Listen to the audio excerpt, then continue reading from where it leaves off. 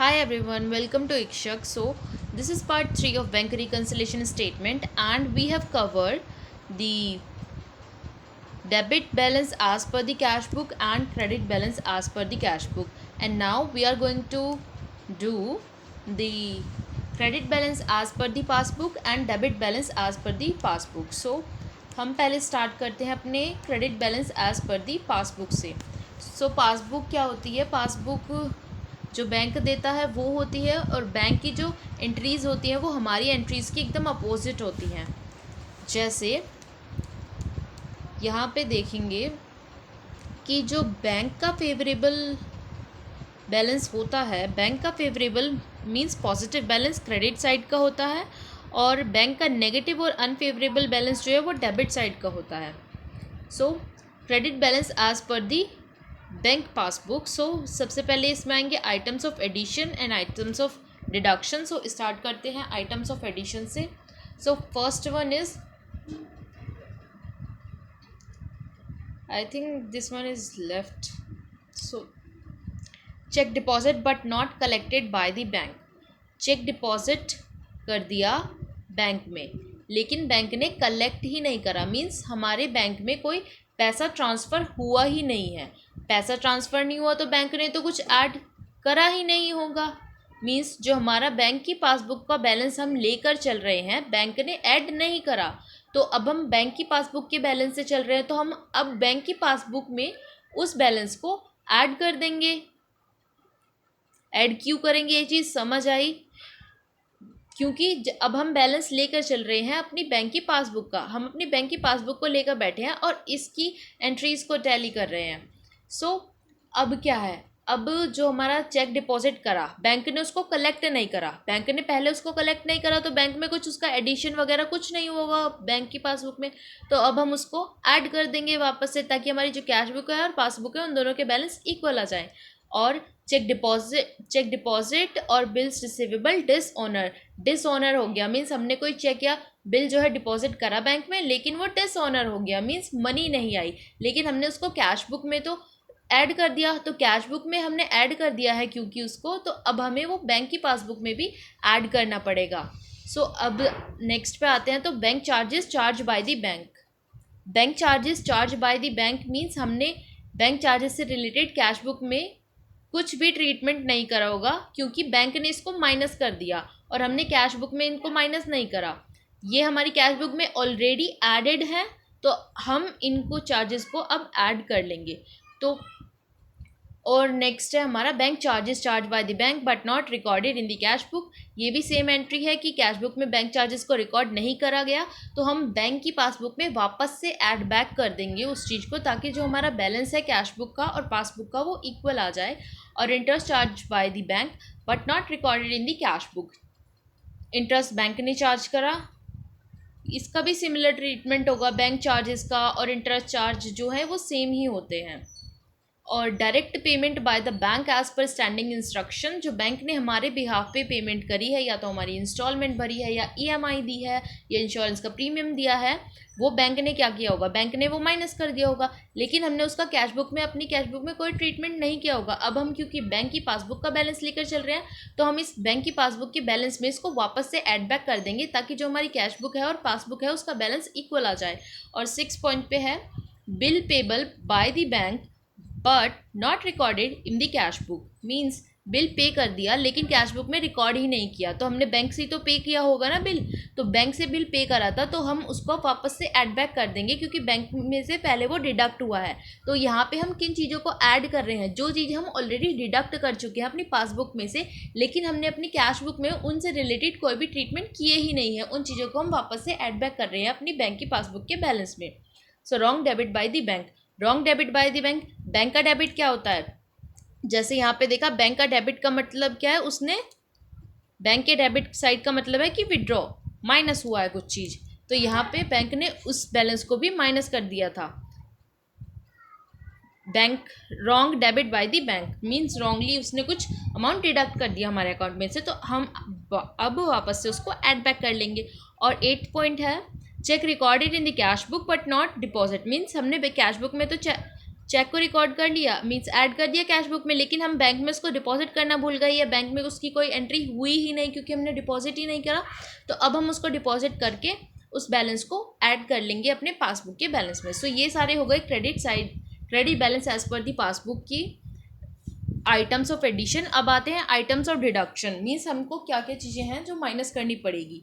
सो यहाँ पे है cheque issue but not presented for the payment, means हमने चेक इशू करा पर पर्सन पेमेंट के लिए प्रेजेंट ही नहीं हुआ, तो हमने कैश बुक में से तो उस अमाउंट को माइनस कर दिया होगा और कैश बुक में से माइनस कर दिया होगा, लेकिन बैंक की पासबुक में तो वो अमाउंट ऑलरेडी एडेड होगा क्योंकि पर्सन तो प्रेजेंट ही नहीं हुआ पेमेंट के लिए। तो अब हम इस अमाउंट को क्या कर देंगे, इस अमाउंट को हम लेस कर देंगे ताकि जो हमारा इन दोनों का बैलेंस है पासबुक का और कैश बुक का वो इक्वल आ जाए। और नेक्स्ट है cheque deposit directly into the bank, cheque directly bank में डिपॉजिट हो गया, हमें इसकी कोई इन्फॉर्मेशन ही नहीं थी तो हमने इससे रिलेटेड अपनी कैश बुक में कोई एंट्री की ही नहीं होगी। सो इसलिए अब हम इसको वापस से सब्ट्रैक्ट कर देंगे जिससे कि हमारा जो बैलेंस है वो इक्वल आ जाए। और नेक्स्ट है interest allowed by the bank but not recorded in the cash book, interest allowed करा लेकिन कैश बुक में हम उसको रिकॉर्ड करना भूल गए। इंटरेस्ट आया है, कुछ चीज़ बैंक में हमने ऐड करी होगी, बैंक ने ऐड करी होगी हमारे अकाउंट में। सो अब हमने उसकी कैश बुक में तो कोई एंट्री की नहीं है तो हमें इसको डिडक्ट करना पड़ेगा। डिविडेंड कलेक्टेड, बैंक ने डिविडेंड कलेक्ट करा, कैश बुक में कोई भी एंट्री नहीं है, बैंक की पासबुक में तो एंट्री है, हो चुकी है ऑलरेडी, तो इस आइटम को हम पहले ऐड कर चुके हैं, अब हम इसको माइनस कर देंगे। और bills of exchange realised, bills of exchange realised से मतलब है कि हमारे बैंक में कुछ पैसा आ गया जो बिल्स ऑफ एक्सचेंज से आना था, लेकिन हमने कैश बुक में इससे रिलेटेड कोई ट्रीटमेंट नहीं किया होगा और हमने अपनी बैंक की पासबुक में इसकी एंट्री क्या करी होगी, हमने इसको ऐड कर दिया होगा क्योंकि पैसा कहीं से आया है, एक तरीके से डिपॉजिट हुआ है। तो अब हम इसको वापस से सब्ट्रैक्ट कर देंगे ताकि जो हमारी बैंक की पासबुक और कैश बुक का बैलेंस इक्वल आ जाए। और wrong credit by the bank, bank के द्वारा रॉन्ग क्रेडिट हो गया, बैंक के द्वारा रॉन्ग क्रेडिट का मतलब क्या है कि वो चीज़ उसने ऐड कर दी, गलती से कुछ अमाउंट ऐड हो गया है तो अब हम उसको सब्ट्रैक्ट कर देंगे क्योंकि कैश बुक में इसकी कोई एंट्री पास हुई ही नहीं होगी। और लास्ट है हमारा cheque deposit but deposit into the bank but not recorded in the cash book, cheque deposit करा लेकिन कैश बुक में उसका कोई रिकॉर्ड ही मेंटेन नहीं किया गया। तो अब इस चेक डिपॉजिट अमाउंट को हमने बैंक की पासबुक में बैंक ने क्या एंट्री पास की होगी इसको ऐड कर दिया होगा, लेकिन कैश बुक में कोई एंट्री नहीं है क्योंकि हमें बैंक की पासबुक का बैलेंस को कैश बुक के बैलेंस से मिला रहे हैं इस टाइम पे, तो हम कैश बुक के बैलेंस को तो टच नहीं कर रहे, बैंक की पासबुक के बैलेंस को टच कर रहे हैं, तो इसको हमें सब्ट्रैक्ट करना पड़ेगा। सो ये सारी एंट्रीज हो गई हमारी क्रेडिट बैलेंस एज पर दी बैंक पासबुक की। अब आते हैं डेबिट एंट्रीज पे।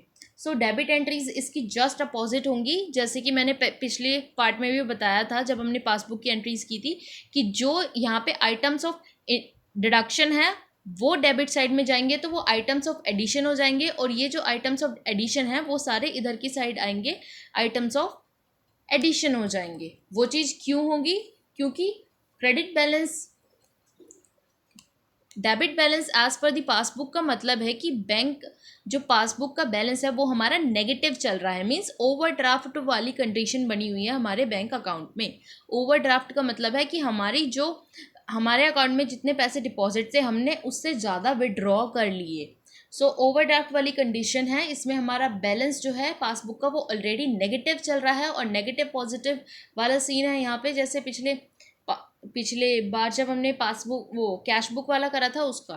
सो यहाँ पे आइटम्स ऑफ एडिशन और आइटम्स ऑफ डिडक्शन गिवन है। सो आइटम्स ऑफ एडिशन पे आते हैं, cheque issue but not presented for the payment, cheque issue किया पर पर्सन पेमेंट के लिए प्रेजेंट हुआ ही नहीं, तो ये अमाउंट ऑलरेडी ऐड, तो इसको हमें ऐड करना पड़ेगा क्योंकि हमने चेक इशू करा पर्सन को, लेकिन वो पर्सन क्या हुआ, वो पर्सन पेमेंट के लिए प्रेजेंट हुआ ही नहीं। तो हमने इसकी कैश बुक में क्या एंट्री की होगी, कैश बुक में हमने इसको सिंपली डिडक्ट कर दिया होगा। अगर हम जर्नल एंट्री की बात कर रहे, नॉर्मल एंट्री की बात कर रही हूँ मैं, किसी नेगेटिव पॉजिटिव बैलेंस की नहीं, तो हमने क्या किया होगा, हमने इसको डिडक्ट कर दिया होगा, और अपने पासबुक के बैलेंस में से हमने इसकी कोई एंट्री पास नहीं हुई होगी, लेकिन हमारा जो बैलेंस है वो नेगेटिव है। तो अब हमें इसको क्या करना पड़ेगा, हमें इसको बेसिकली सब्ट्रैक्ट करना पड़ेगा। लेकिन हम सब्ट्रैक्ट कैसे करें, ये तो ऑलरेडी माइनस का है, माइनस माइनस करने जाएंगे तो ये प्लस हो जाएंगे आइटम, इसलिए हमें इसको ऐड करना पड़ेगा। सो अब हम इसको ऐड करेंगे तो ये वाली जो अमाउंट होगी ये हमारी इस पर्टिकुलर चेक की अमाउंट से ज़्यादा होगी। जब हम माइनस करेंगे तो जो माइनस वाली अमाउंट है वो थोड़ी सी कम हो जाएगी इस चेक की अमाउंट के जितना। सो नेक्स्ट है हमारा cheque deposit directly in the bank. Cheque directly bank में डिपॉजिट हो गया, लेकिन हमें पता ही नहीं था, तो हमने कैश बुक में इसकी कोई एंट्री पास तो की नहीं होगी। लेकिन हमें बैंक में क्या करना पड़ेगा, cheque deposit directly in the bank. Bank में अमाउंट आया होगा, मीन्स ऐड हुआ होएगा। तो अब हमारी क्या, अगर हम पासबुक की जो बैलेंस है, पासबुक का जो बैलेंस है, अगर हम उसको अपनी कैश बुक के बैलेंस से मैच कर रहे हैं, तो हम कैश बुक के बैलेंस को तो टच नहीं कर सकते ना, पासबुक के बैलेंस में ही अब हमें चेंजेस करने होंगे। तो पासबुक का बैलेंस ऑलरेडी नेगेटिव है और हमें ये क्या करना है, ये हमें वापस से ऐड करना है। तो ऐड करेंगे तो सेम वही सीन बनता है नेगेटिव पॉजिटिव का।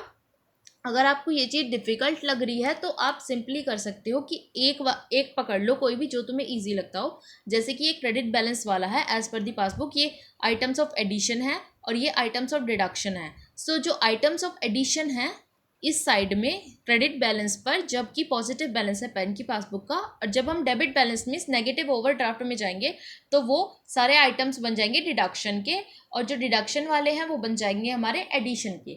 इस चीज़ को ध्यान रख के भी हम इसको कर सकते हैं।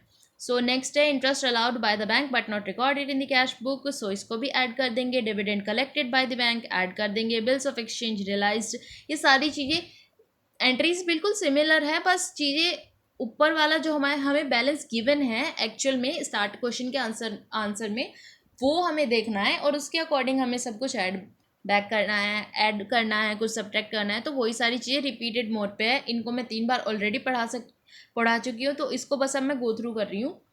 सो wrong credit given by the bank and cheque paid into the bank but not recorded in the cash book. Cheque pay किया लेकिन कैश बुक में रिकॉर्ड नहीं मेंटेन किया, तो हमने क्या करना है, इसको माइनस करना है अपने पासबुक के बैलेंस से। लेकिन पासबुक का बैलेंस तो ऑलरेडी माइनस में है, तो माइनस माइनस करने जाएंगे तो ये तो प्लस हो जाएगा, उल्टा हो जाएगा, इसलिए हम इसको ऐड कर देंगे। और अब आते हैं आइटम्स ऑफ डिडक्शन पे। तो cheque deposit but not collected, cheque deposit करा पर कलेक्ट करने कोई पर्सन आया ही नहीं, तो वो अमाउंट हमारे बैंक अकाउंट में ऑलरेडी एडेड होएगा। अब माइनस है, अगर हम इसको ऐड करने जाएंगे तो माइनस की हमारी पहले ही जो बैलेंस है वो नेगेटिव चल रहा है। अगर हम इसको ऐड करने जाएंगे तो ये प्लस और माइनस माइनस हो जाएगा, इसलिए अब हम इसको ऐड करेंगे सब्ट्रैक्ट करेंगे ताकि जो ये बैलेंस है वो नेगेटिव वाला वो इसमें ऐड कर ले इस अमाउंट को। क्योंकि जो इस चेक का अमाउंट है उस पर्टिकुलर, जैसे कि सपोज करो ये चेक जो है वो हमारा 2000 का था, बस इतना जिम करो कि ये चेक जो हमारा 2000 का था, तो ये 2000 रुपीज़ हमने अपनी कैश बुक में से माइनस कर दिए। ठीक है, कैश बुक में से माइनस कर दिए। लेकिन अगर हमारा जो बैलेंस है पासबुक का वो पॉजिटिव होता, तो अब हम क्या करते, क्योंकि हमने चेक बुक में से इसको कैश बुक में से माइनस कर दिया, तो अब हम पासबुक में से भी तो इसको माइनस कर देते। अगर हमारा इस बुक का बैलेंस था 10,000 रुपीज़ और अब हम इसको सब्ट्रैक्ट करने जा रहे हैं, तो 2000 रुपीज़ माइनस करते, तो ये आ जाता हमारा एट दी एंड बैलेंस आता हमारा 8000 का। ठीक है, क्योंकि हमने माइनस कर दिया वहाँ से भी। लेकिन अगर ये 10,000 हमारे ऑलरेडी माइनस में है और हम 2000 और माइनस करने जाएंगे तो ये हमारा 12,000 हो जाएगा इंस्टेड ऑफ 8,000। तो इसलिए अब हम इसको क्या करेंगे, अगर हम इसको माइनस करने जाएंगे तो माइनस का ये 12,000 पहुँच जाएगा, जबकि हमें 8,000 पे लाना है अपना। तो अब हम इसको इसीलिए माइनस कर रहे हैं, माइनस का है ऑलरेडी और फिर माइनस कर दिया। I know things are little getting here little confusing. So question करेंगे तो उससे और चीज़ें और ज़्यादा क्लियर हो जाएंगी। बस इसके बाद हम एक क्वेश्चन ट्राई करेंगे और बाकी के क्वेश्चंस जो है मैं सेपरेट क्वेश्चंस के ऊपर वीडियोस बनाऊंगी, कि जिसमें टीएस ग्रेवाल की जो पर्टिकुलरली बुक है मेरे पास, जो भी एडिशन है, मैं उसमें जितने भी क्वेश्चंस दिए गए हैं उन सारे क्वेश्चंस को 1 बाय 1 सॉल्व कराऊंगी। अगर आप लोग करना चाहते हो तो चैनल पे प्लेलिस्ट में वो सारे क्वेश्चन डल जाएंगे डेली बेसिस पे। और अगर आपकी बुक में कुछ क्वेश्चंस अलग होंगे तो आप मुझे उसका ईमेल कर सकते हैं, उसका फ़ोटो, और मैं सॉल्व करूँगी उन क्वेश्चंस को प्रोवाइड कराने का सॉल्यूशन उसका। सो यहाँ पे आते हैं, cheque recorded in the cash book but not send for collection. Cheque record कर लिया पर कलेक्शन के लिए सेंड ही नहीं करा, मीन्स हमने तो ऐड कर दिया होगा अपनी कैश बुक में, तो अब हमें यहाँ पे भी ऐड करना पड़ेगा। लेकिन हमारा बैलेंस नेगेटिव है तो हमें नेगेटिव ही करना पड़ेगा। चेक और bill of exchange dishonoured, cheque और बिल ऑफ एक्सचेंज डिसऑनर हो गया, इसको भी डिडक्ट करेंगे। और bank charges charge by the bank, इसको भी डिडक्ट कर देंगे। इंटरेस्ट चार्ज डिडक्ट करेंगे हेयर। और direct payment by the bank as per standing instructions, इसको भी डिडक्ट कर देंगे। और wrong debit by the bank, इसको भी डिडक्ट कर दिया जाएगा। सो ये हो गई हमारी debit balance as per the passbook, जो कि ओवरड्राफ्ट होता है और नेगेटिव बैलेंस होता है। सो यहाँ पे हमारा बैंक रिकन्सिलेशन चैप्टर के सारे कंसेप्ट ऑलमोस्ट कंप्लीट होते हैं, कोई भी कंसेप्ट नहीं बचा है। इसके 2 पार्ट ऑलरेडी डल चुके हैं और ये पार्ट 3 है। अगर आप लोगों ने अभी तक वो नहीं देखे हैं तो आप चैनल पे जाके प्लेलिस्ट में चेक कर सकते हैं। सो अब हम क्वेश्चन करते हैं। सो ये है क्वेश्चन 1, जो कि इन एंट्रीज के बेसिस पे ही होगा, बट जो हमने भी पीछे पढ़ी हैं। सो स्टार्ट करते हैं और सबसे पहले हम क्वेश्चन को रीड करते हैं। So bank column of the cash book, bank column of the cash book shows a debit balance of, debit balance cash book का डेबिट बैलेंस मीन्स क्या है, कैश क्या है हमारी असेट, और असेट का debit balance means positive, positive means favourable balance है ये हमारा। So 49,000 on 30th of November 2025 bank statement और passbook showed credit balance of the, so हमारी बैंक की पासबुक का क्रेडिट बैलेंस, बैंक का क्रेडिट बैलेंस मीन्स पॉजिटिव और favourable balance कितना है 37,400 मीन्स एट दी एंड, जब हम स्टार्ट करें अपनी कैश बुक से, कैश बुक से हम ये बैलेंस लेके चलेंगे और हमें एंड में ये वाला बैलेंस लाना है एंट्रीज को करेक्ट करके। So entries in the cash book and the passbook were compared while following the difference, check of some of. So ये है हमारी एंट्रीज। अब हम एक एक करके एंट्रीज को पढ़ते जाएंगे और अपने क्वेश्चन को सॉल्व करते जाएंगे। उससे पहले हम फॉर्मेट चेक कर लेते हैं एक बार, इसका फॉर्मेट क्या होता है बैंक रिकन्सिलेशन स्टेटमेंट का। सो बैंक रिकन्सिलेशन स्टेटमेंट सबसे टॉप पे लिखा जाता है बैंक रिकन्सिलेशन स्टेटमेंट, और यहाँ पे डालते हैं डेट, जो भी हमारे क्वेश्चन में डेट गिवन है वो डालते हैं। जैसे as on 30th of November 2025 given है यहाँ पे, तो हमने वही डाली है। और जिस भी क्वेश्चन में जो भी डेट होती है हम जनरली वही डालते हैं। और यहाँ पे आएगा पर्टिकुलर का कॉलम, और ये आएगा अमाउंट डिटेल्स का, और ये होगी हमारी रियल अमाउंट का कॉलम, और ये हो गया इसका फॉर्मेट। बस इतने ही है इसका फॉर्मेट। अब सबसे पहले हम बैलेंस लिखेंगे। क्या है बैलेंस एज पर दी कैश बुक, कैश बुक का डेबिट बैलेंस है, उसको हमने डेबिट को हमने ब्रैकेट में लिख दिया। तो डेबिट बैलेंस हमें कितना दे रखा है, हमें 49,000 गिवन है। सो लिख दिया। अब यहाँ पे हम 2 चीज़ें करेंगे, एक तो डालेंगे ऐड के लिए और एक डालेंगे लेस के लिए, कुछ स्पेस छोड़ के अपनी नोटबुक में। यहाँ पे पॉसिबल नहीं है कि मैं ऐसे लिखते जाऊँ आप लोगों के साथ, क्योंकि वो चीज़ बहुत ज़्यादा टाइम कंज्यूम होगी। तो मैं पहले ही सोल्व करके उसको फिर आप को अंडरस्टैंडिंग के लिए बाद में एक्सप्लेन कर दूँगी। सो अब आते हैं, हमने बैलेंस उतार लिया अपना जो हमें गिवन है, डेबिट बैलेंस दिया है कैश बुक का, फेवरेबल पॉजिटिव बैलेंस, और ऐड वाले आइटम्स यहाँ लिखेंगे और लेस वाले यहाँ लिखेंगे। अब करते हैं start. So first point, cheque of Shyam ₹9,000 and Mohan ₹50,000 deposit but were not collected on 30th November 2025। हम नवंबर के मंथ के लिए बना रहे हैं, तो नवंबर के मंथ में 30th November तक हमने जो चेक था शाम का और मोहन का वो deposit but were not collected means हमने डिपॉजिट कर दिया, लेकिन उसका जो अमाउंट है वो हमारे अकाउंट में ट्रांसफ़र नहीं हुआ। तो हमने इसकी कैश बुक में क्या एंट्री पास की होगी, हमने इन दोनों के चेक की अमाउंट को ऐड कर दिया होगा, क्योंकि हम ये अज्यूम करके चल रहे थे कि इनका जो चेक है वो क्लियर हो गया होगा और हमने अपने कैश बुक में इसको ऐड कर लिया, लेकिन चेक तो क्लियर हुआ ही नहीं, तो बैंक ने इसकी कोई एंट्री पास की नहीं होगी। तो अब हम क्या करेंगे, क्योंकि हमारे जो कैश बुक का बैलेंस है वो इस बैंक के बैलेंस से इन दोनों चेक की अमाउंट का ज़्यादा होगा, तो हम कैश बुक को लेकर चल रहे हैं, तो इनको हमें सब्ट्रैक्ट करना पड़ेगा, जिससे कि जो हमारा बैलेंस है वो इक्वेट कर जाए, मीन्स इक्वल हो जाए। तो यहाँ पे लिखेंगे सबसे पहले cheque deposit but not clear, cheque deposit करें लेकिन वो क्लियर ही नहीं हुए, क्योंकि सामने से पेमेंट ट्रांसफ़र ही नहीं हो पाई श्याम और मोहन के अकाउंट से। तो श्याम के कितने हैं और मोहन के कितने हैं वो वाली अमाउंट यहाँ डालेंगे। तो श्याम के है 9,000 और मोहन के 15,000, 9 और 15 का टोटल करेंगे तो जो बन गया हमारा 24,000 आ गया cheque deposit but not cleared, क्योंकि हमें ये डिडक्ट करने हैं, माइनस करने हैं, इसलिए हमने लेस वाली साइड पे लिखे। अब आते हैं सेकंड पे। तो सेकंड है हमारा Ramesh a debtor deposit a cheque of ₹8,000 directly into the bank. कि रमेश एक डेटर था जो हमें पैसे देता और जो हमें पेमेंट करता, उसने डायरेक्टली बैंक में डिपॉजिट कर दिया चेक। हमें इसकी कोई भी इन्फॉर्मेशन नहीं थी, तो हमने इसकी कैश बुक में कोई भी एंट्री पास नहीं करी होगी। लेकिन बैंक में क्या इसकी एंट्री पास हुई होगी, बैंक ने डिपॉजिट करा है उसने, तो हमारा जो बैंक का बैलेंस है वो इस अमाउंट से बढ़ गया होगा, लेकिन हमें कोई इन्फॉर्मेशन थी ही नहीं। तो हम अब हमें कैश बुक का बैलेंस भी इस पर्टिकुलर अमाउंट से बढ़ाना पड़ेगा 8000 से। तो आइटम ऑफ एडिशन में आ जाएगा हमारा cheque directly deposit by the Ramesh. Ramesh ने जो चेक डिपॉजिट करा वो है हमारा 8000 का। सो यहाँ पे आ गई हम अमाउंट डिटेल्स के कॉलम में 8000 रुपीज़। अब आते हैं हमारी थर्ड एंट्री पे। तो थर्ड एंट्री है bank allowed interest. So bank ने क्या करा, इंटरेस्ट अलाउड करा। इंटरेस्ट अलाउड करा 500 का, मीन्स बैंक ने हमें कुछ दिया है, एक तरीके से इनकम है, कुछ ऐड हुआ है हमारे बैलेंस में बैंक की पासबुक में, लेकिन कैश बुक में हमने कोई एंट्री पास नहीं करी या ऐड नहीं करा।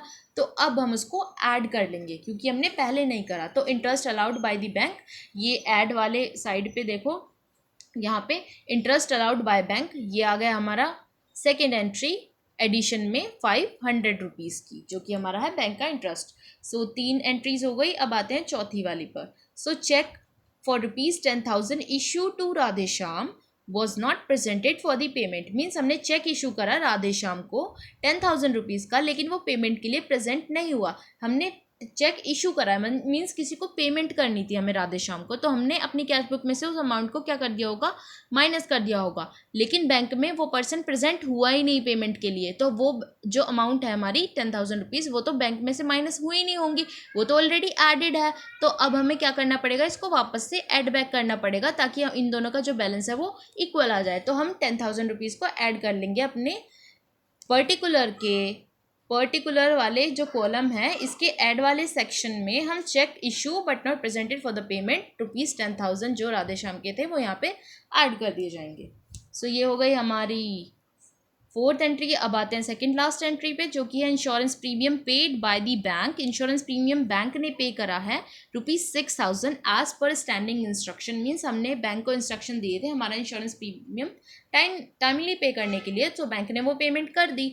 लेकिन हम भूल गए या हमने कोई एंट्री पास नहीं करी अपनी कैश बुक में, तो अब हम इस एंट्री को पास कर लेंगे। इस एंट्री को पास कैसे करेंगे कि जो पेमेंट करी है, मीन्स बैंक ने इसको लेस कर दिया होगा, हमारी बैंक की पासबुक की जो डिपॉजिट अमाउंट थी उसमें से लेस कर दिया होगा। तो अब हमें भी इसको लेस करना पड़ेगा ताकि जो हमारा कैश बुक और पासबुक का बैलेंस है वो दोनों इक्वल हो जाएं। तो यहाँ पे आ जाएगा insurance premium paid by the bank as per standing instructions ₹6,000 हमें लेस करना पड़ेगा।